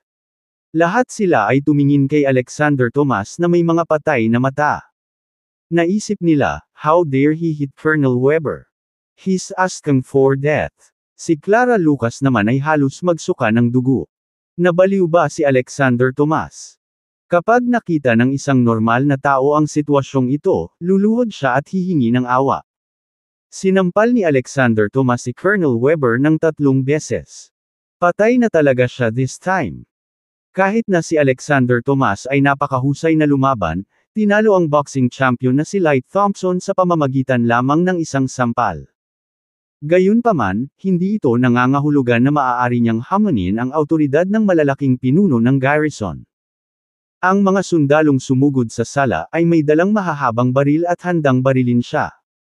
Bilang karagdagan, ang pamilya Lucas ay napapaligiran ng mga armadong sundalo. Kahit na lumipad si Alexander Tomas, mahihirapan siyang makatakas. Sina Shane Lucas at Jeffrey Lucas, na nakatingin sa mga mata ni Alexander Tomas, ay nagkaroon ng mas komplikadong damdamin. Alam nilang hindi simple si Alexander Tomas, ngunit hindi rin nila inaasahan na magiging napakawalang ingat niya. Sina Logan Lucas at Jordan Lucas, na orihinal na napupuot kay Alexander Tomas, ay hindi naiwasang maging masaya sa oras na iyon. Lalo na si Jordan Lucas, na puno ng namumungay na mga mata, ay nag-isip, Alexander Tomas. Oh, Alexander Tomas, ikaw ay naghukay ng sarili mong libingan. Sa sandaling iyon, naisip nila si Alexander Tomas na binugbog at hinihingal para sa kanyang huling hininga. At si Theodore Weber, pagkatapos ng maikling pagkabalisa, sa wakas ay nag-react. Ano? Naisip niya. Sinabi sa akin ni Alexander Tomas na bumalik sa hukbo at aminin ang aking kasalanan. Ito ay isang subordinate na bagay. Nag-alab sa galit ang puso ni Theodore Weber. Walang sinuman sa Sconvia City ang nang-ahas na pagsabihan siya ng ganoon. Gusto mo bumalik ako sa hukbo at umamin? Ngumisi siya. Boy, sino ka para sabihin yan? Ikaw ba ang pinuno ko? O ikaw ba ay isang miyembro ng militar, the Eight Banners? Hindi rin. Sumagot si Alexander Tomas. Ngunit masasabi ko sa iyo, kahit na isa akong miyembro ng militar, ang the Eight Banners ay tatayo sa harap ko, at sasabihin ko ang parehong bagay. Ito ay isang matapang na pahayag. Si Theodore Weber ay isang opisyal ng garrison ng Sconvia City, sa isang major. Pangkalahatang antas. Ang 8 banner, hindi binanggit ang mga pangunahing miyembro ng militar. Kapag naabot mo na ang antas na iyon, maaari mong gawing ulan ang mga ulap. Not to mention with a sneeze, you can shake the whole earth. Binaliwala ni Alexander Tomas ang lahat ng mga taong ito, na nagpapakita ng pagmamataas na hindi pinaniniwalaan. Hindi ka panipaniwala, Alexander Tomas. Theodore Weber gritted kanyang ngipin at exclaimed. I can take you down on the spot with that kind of attitude. May bumaril sa kanya. Utos niya. Oo. Ang mga sundalo na sinanay ang kanilang mga baril sa Alexander Tomas ay agad na natigilan sa atensyon at akmang hihilahin ang kanilang mga gatilyo. Kabanata 677 Binigyan ba kita ng pahintulot upang mag-usap? Natatakot ako na si Alexander Tomas ay hindi makakatakas sa kamatayan, lalo na sa 12-dosenang mga muzzle na nakaturo at handang magpaputok. Kahit na siya ay maaaring lumipad, ang mga pagkakataon na makatakas sa kamatayan ay malapit sa hindi pag-iral. Natakot si Clara Lucas. Puti ang mukha niya at ibinaling niya ang ulo niya. Natatakot siyang makita ang kapahamakan ni Alexander Tomas. Dilat ang mga mata ni Terry Pearson at Ezra Kent, ang mag-ama, sa takot na mamiss nila ang pagkamatay ni Alexander Tomas sa aksyon. Nang maisip ng lahat sa silid na 1 pulgada na lang ang layo ni Alexander Tomas mula sa pagkamatay, isang malakas na dagandong ang nagmula sa labas ng pinto. Itigil mo yan. Nanginginig ang lahat sa silid, at saka sila tumingin sa direksyon ng tunog. Kasama ang mga sundalong nagtaas ng kanilang mga baril, pati na rin si Theodore Weber. Nobela. Nang sumunod na sandali, isang lalaking nakauniporme ng militar ang lumitaw sa harap ng lahat, na sinundan ng isang linya ng mga sundalo sa likuran niya. Nang makita ng mga sundalo ang lalaking nakauniporme, huminto sila at sumaludo. Sabay-sabay silang sumigaw, "Director Hart!" Ang lalaking nakauniporme ay ang Supreme Commander ng Sconvia City Garrison, ang boss ni Theodore Weber, si Jackson Hart. Sina Terry Pearson at Ezra Kent, parehong mag-ama ay nagbago ng husto. Paanong kahit si Jackson Hart ay naalerto? Sa ilang sandali, isang pakiramdam ng pag-iisip ay biglang lumitaw sa kanilang mga puso. Si Jackson Hart ay hindi maaaring maimbitahan ng Alexander Tomas, tama ba? Si Theodore Weber ay walang oras na mag-isip tungkol dito, at nagmamadaling humakbang pasulong at sumaludo kay Jackson Hart na may halong, Director General. Smack! Bago pa maibaba ang kamay ni Theodore Weber, inabot ni Jackson Hart at sinampal siya ng malakas sa mukha. Director General, ikaw. Tinakpan ni Theodore Weber ang kanyang mukha, ang mga mata ay puno ng hindi makapaniwala. Gayunpaman, bago pa man may tanong ang kanyang mga salita, malamig na bamulong si Jackson Hart, "Theodore Weber, naglakas loob kang magtago sa akin at ilipat ang buong garrison ng Sconvia City. Kung sinasamantala ng isang dayuhang kaaway ang sitwasyon, kaya mo ba ang mga kahihinatnan?" Direktor General, ako. Napalunok si Theodore Weber at hindi makapagsalita. Ayon sa disiplina ng militar, ang kanyang pag-uugali ay lumabag sa batas. Ngunit ang Sconvia City ay isang mataktikang lungsod, at ang mga tao sa loob ng nasasakupan nito ay palaging sumusunod sa mga patakaran. Halos imposible para sa mga dayuhang bansa na samantalahin ang kanilang lungsod. Ang disiplina sa militar ay mahigpit, ngunit maluwag. Minsan ginagamit nila ang kapangyarihan sa kanilang mga kamay upang mapadali ang kanilang sarili, hanggat hindi ito lumalampas sa mga hangganan, pip-aikit ang isang mata ni Jackson Hart sa usapin. Gayunpaman, ngayon si Jackson Hart ay biglang kumilos ng maayos at hinagisan siya ng isang sampal sa harap ng napakaraming tao. Si Terry Pearson at Ezra Kent, mag-ama, ay nabawasan ang kaba matapos marinig ang mga salita ni Jackson Hart. Hanggat si Jackson Hart ay hindi inanyayahan ng Alexander Tomas, ang mga bagay ay hindi masyadong nababahala. Bagamat maaaring makaramdam ng galit kay Jackson Hart, malamang na parurusahan niya si Theodore Weber, at hindi sila kasali. Siyempre, hindi lang sila, pati ang pamilya Lucas ay lihim na gumaan.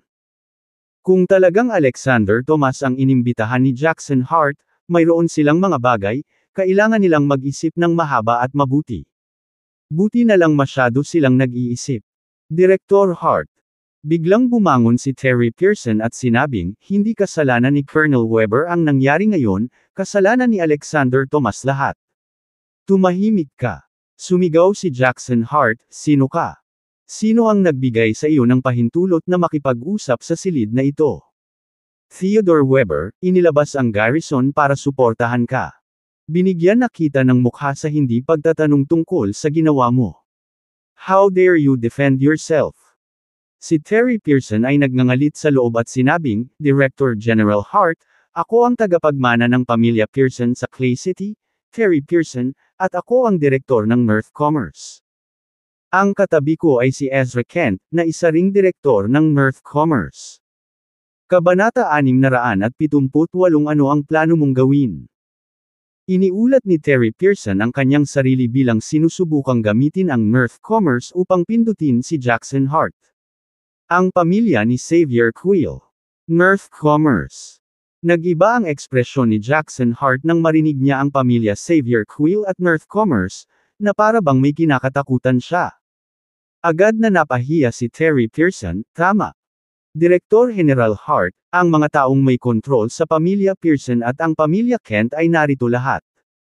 We are so excited, natural we have our reasons. Sana huwag kang makialam sa usaping ito at ipikit mo ang isang mata dito. In the future, if you need our two families, andyan talaga ako. Nobela. Isipin mo ito, hiniram namin sa iyo si Coronel Weber at ang kanyang garrison. Kapag na-knockout natin ang Alexander Tomas, siguradong ibabalik natin sila sa iyong kampo ng buo. Halos matawa si Jackson Hart sa mga salitang ito.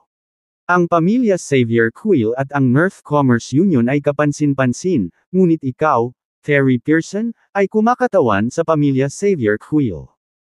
Maaari ka bang kumatawan sa North Commerce Union? Papayag ba ang pamilya ng Quill na saktan ang lokal na garrison para sa iyo? Pinagsasamantalahan ang kapangyarihan. Isang sampal na naman ang ginawa ni Jackson Hart sa mukha ni Terry Pearson sa pag-iisip nito. Nadapa si Terry Pearson at unang bumagsak ang mukha sa lupa. How dare you treat yourself as an outsider? How dare you openly bribe the director of the local garrison? Are you looking for death? Hindi ko pa rin na-settle ang score sa iyo para sa pagdala kay Theodore Weber bilang backup mo, at naglakas loob ka pa ring hilingin sa akin na bigyan ka ng mukha. Tingnan mo ang sarili mo sa salamin at tingnan kung qualified ka. Si Terry Pearson ay nabugbog na gusto niyang kainin agad siya ng lupa. Hindi naawa si Jackson Hart, sinampal niya ito sa mukha sa publiko. Nakakahiya. Si Kents, parehong mag-ama, mukhang naiinis. Sinaktan at pinagalitan ni Jackson Hart si Terry Pearson, ngunit isang salita ang tumusok sa kanilang mga puso. Ang pagpayag kay Theodore Weber na magpadala ng mga sundalo upang palibutan ang pamilya Lucas, ay magdaragdag ng mga social credit sa pamilya Kent. Ang paghila ni Jackson Hart kay Terry Pearson ay katumbas ng paghihiwalay ng mag-ama. Hindi ito pinansin ni Jackson Hart, at ibinaling ang atensyon kay Theodore Weber. Sinaway niya, Theodore Weber, ano pa ang ginagawa mo dyan? Bumalik ka sa hukbo kasama ako at tabyusan kaagad ang iyong pagkakamali. Ang reputasyon ni Theodore Weber ay nasa buong sahig, ngunit si Jackson Hart ang kanyang amo. Ang militar ay may mahigpit na hierarchy, at hindi niya maaaring suwayin ang mga utos ni Jackson Hart. Oo, General Director. Walang magawang sabi ni Theodore Weber.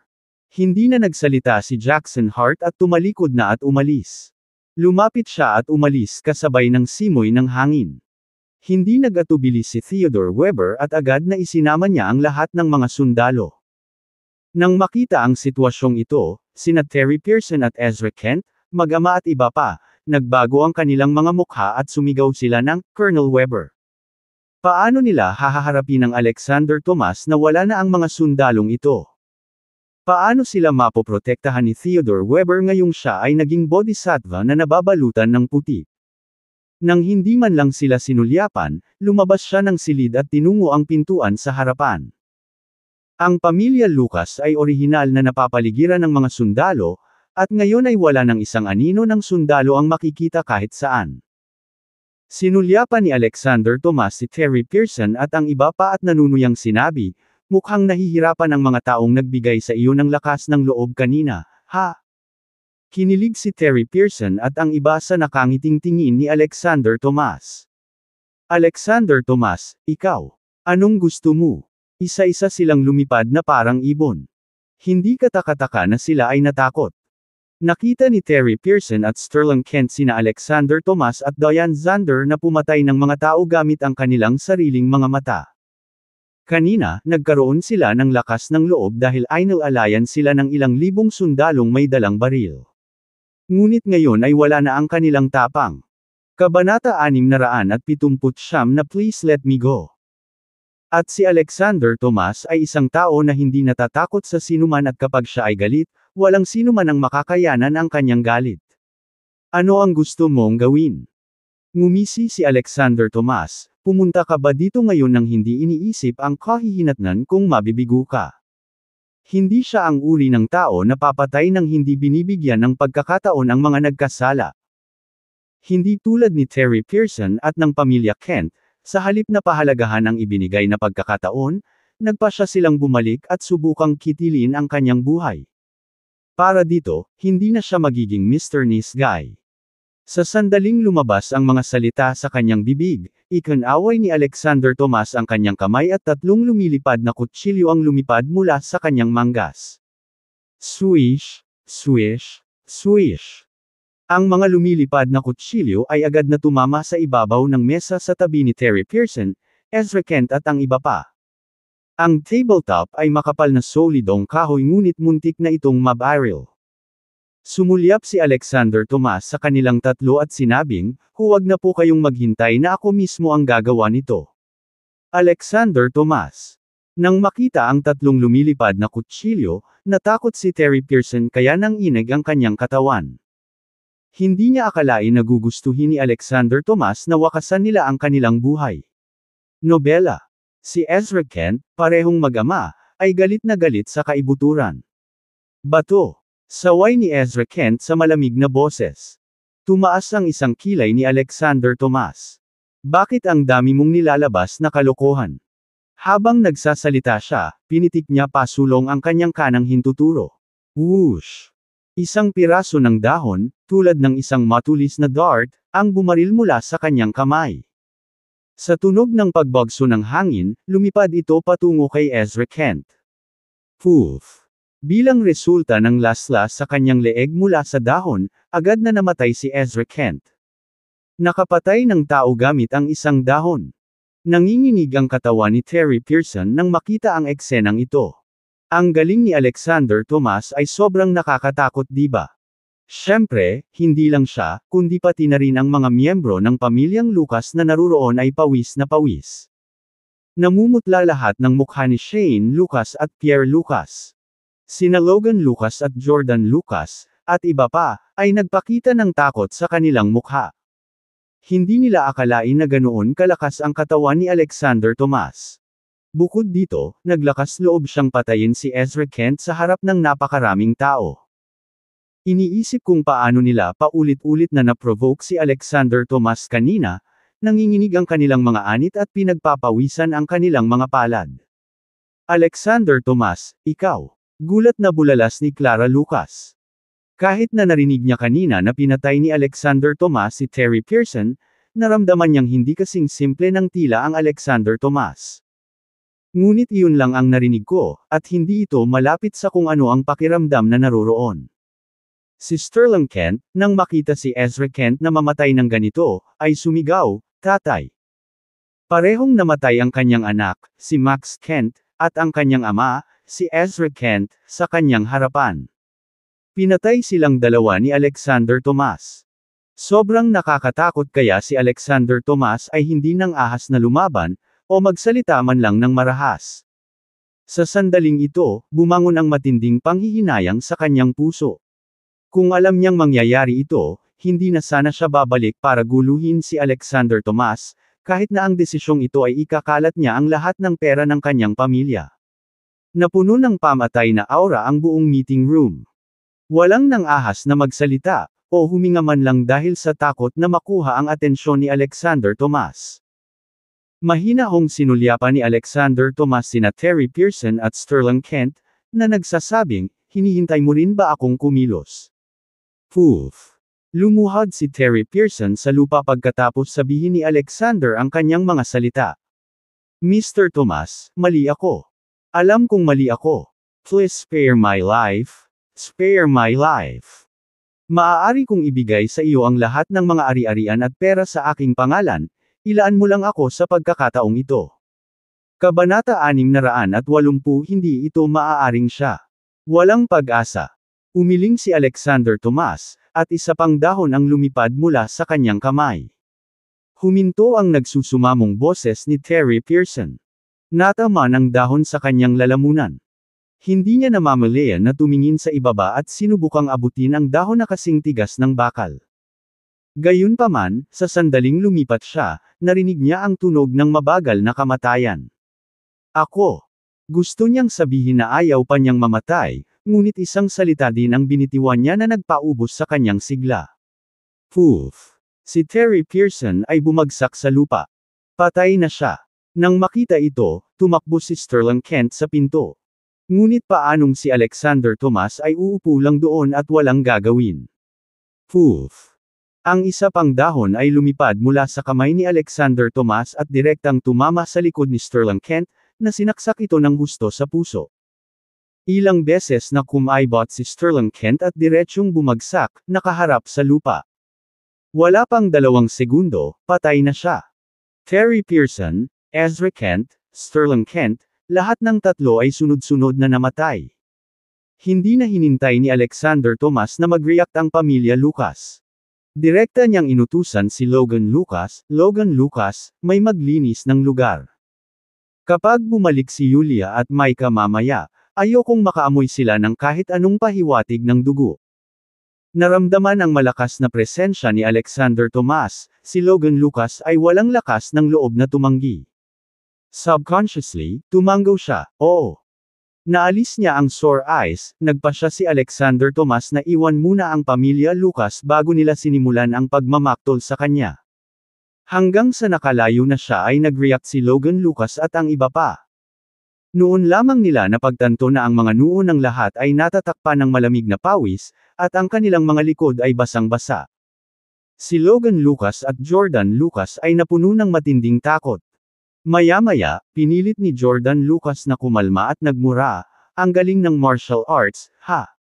Tutal apo lang naman siya ng pamilya Lucas. How dare he ask his uncle to do something for him? Tumatak sa isipan ng maraming tao ang pagbulyaw ni Jordan Lucas. Mabilis silang sumunod at nag-echo, tama. Paano ka makakalakad sa tabi ng ilog at hindi nababasa ang sapatos mo? Napakalat na ni Alexander, kung hindi dahil dumating si Director General Hart ngayon at kinuha si Colonel Weber, nabaril na siya.